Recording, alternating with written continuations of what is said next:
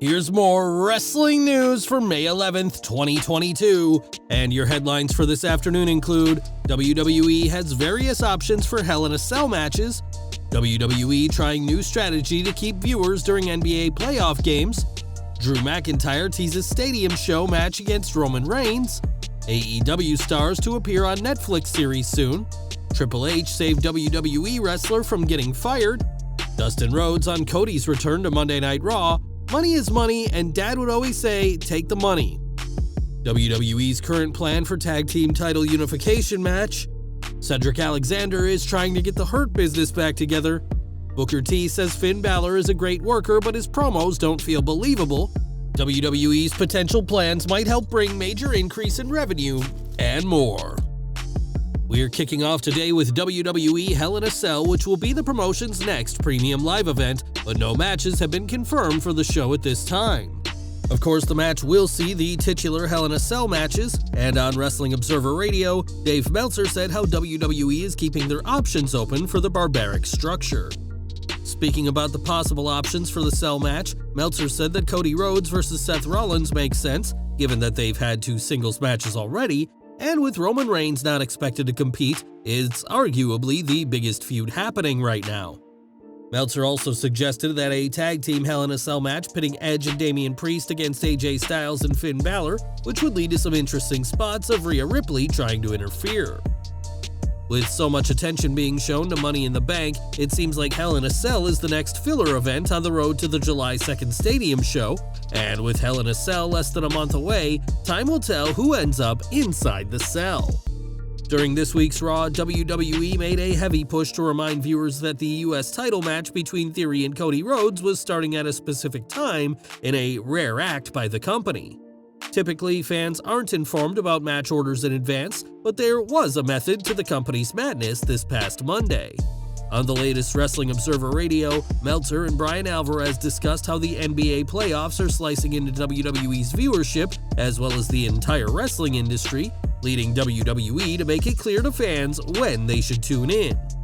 WWE made it abundantly clear to fans that the match would be starting at 10 p.m., which is around the same time as the NBA game between the Golden State Warriors and the Memphis Grizzlies, hoping that fans would pick to see Cody's first title match since returning to WWE. Given that the ratings usually fall off after 10:15, WWE wanted to do all they could to limit how steep the drop in viewers would be as the NBA playoffs continue to dominate TV. Now, Drew McIntyre is a former 2-time WWE champion, but it's now been over 15 months since he last held the gold. It's been reported that WWE does have plans for McIntyre to challenge Roman Reigns, but is waiting for a stadium show to start their feud properly, and that's exactly what McIntyre is counting on. Speaking to CBS Sports recently, Drew opened up about WWE reportedly holding off on their match and said that it will only build more anticipation for the inevitable clash. Whether this match happens at Money in the Bank, SummerSlam, or Clash at the Castle, a match between the two is coming, and Drew remains confident that he'll be the one to topple the Tribal Chief. We've got news from Netflix next, as AEW's Best Friends will soon be appearing on the streaming giant. On Twitter, Orange Cassidy confirmed that he, Chuck Taylor, and Chris Statlander will be on Season 2 of the obstacle course show The Floor is Lava, where contestants must pass through a room without touching the ground. There's no word yet on why Trent Beretta didn't film the episode with Cassidy, Taylor, and Statlander, but it could be that this was filmed during his injury last winter, and we'll have to see how the trio of AEW stars go when Season 2 premieres on June 3rd. In June 2021, Alexander Wolf's contract with NXT expired, and he was not signed to a new deal.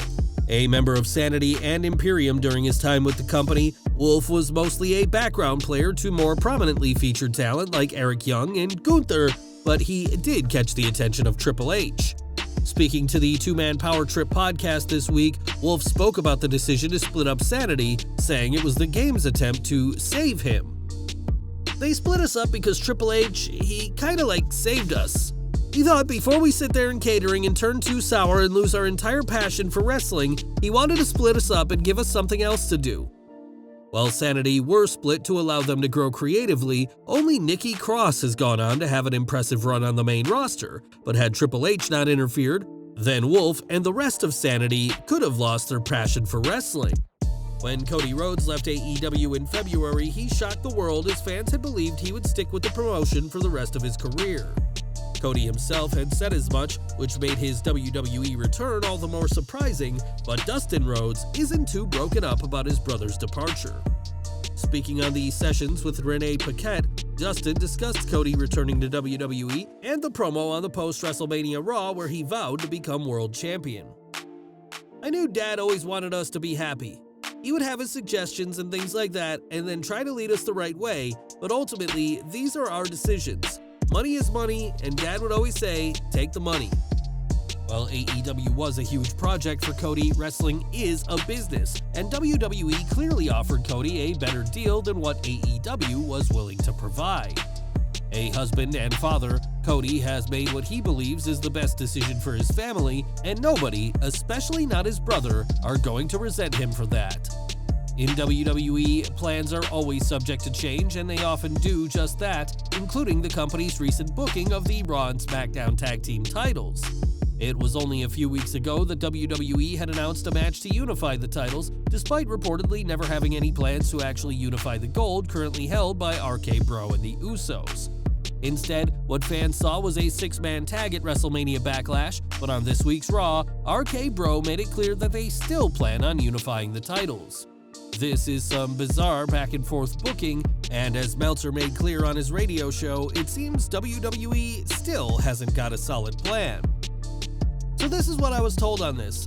They're going to do the match, but as of right now, and I was also told this can change, but they are not planning on actually unifying the titles. But they are planning on doing the match. I don't know if that means a run-in DQ or what.